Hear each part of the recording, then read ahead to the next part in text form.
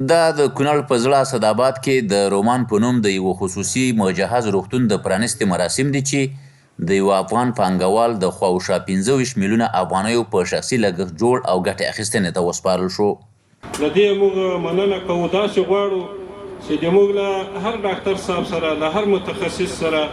داسې یو فکر پیدا سي چې د خلکو خدمت په ښه توګه وشي. هغه هېوادوال چې نورو ولایاتو ته د بعضې معایناتو په خاطر باندې د بعضې عملیاتو تداوی په خاطر باندې نورو ولایاتو سفر ترسره کوي، نو د دغسې روغتونونو شتون په ولایت کې او د دغسې روغتونونو ایجاد په ولایاتو کې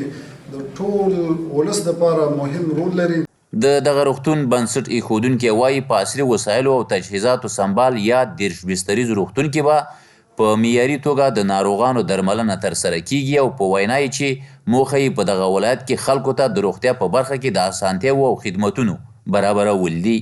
موږ په کیفیت برخه کې ډېر ښه کار کړی دی چې څنګه وکولی شو چې دغه ته د خپلو کونړو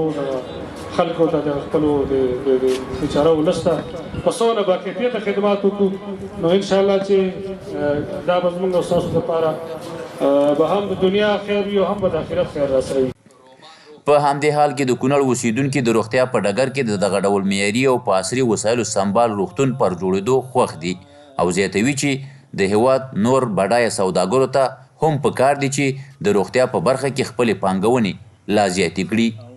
پخوا دغه شانته یو معیاري او یو مجهز روغتون په کونړ کې نو موجوده. زموږ ډیری مریضان به یا ګاونډیو ولایتونو ته تله یا به له هیواد نه بهر تله، پاکستان او داسې نور هیوادونه چې هلته به دوی درملنه کېده. د دې ګټه به دا وي چې یو به هغه ډېر مصارفو نه وژغورل شي، ځکه زموږ ولایت خلک چې دي یعنې اقتصادي وضعیت د نورو په پرتله یعنې ښه نه دی. دا ډېر یو ښه اقدام دی. موږ د کونړ ولسونه او په خاصه توګه د ځوانانو په نمایندګۍ زه ډېر زیات مشکور یم، مننه کوم د دغه ورور نه چې دغه پانګونه کړې ده او دلته د صحت په برخه کې یو ګام پورته کړی دی. د دغه روغتون پرانسته په داسې حال کې کیږي چې پخوا به د کونړ ګڼ شمېر ناروغان اړو چې د درملنې لپاره د هېواد نورو ولایتونو او یا هم بهرنیو هېوادونو ته ولاړ شي، خو دې وروستیو کې د روغتیا په برخه کې د عصري او مجهزو روغتونونو په جوړېدو سره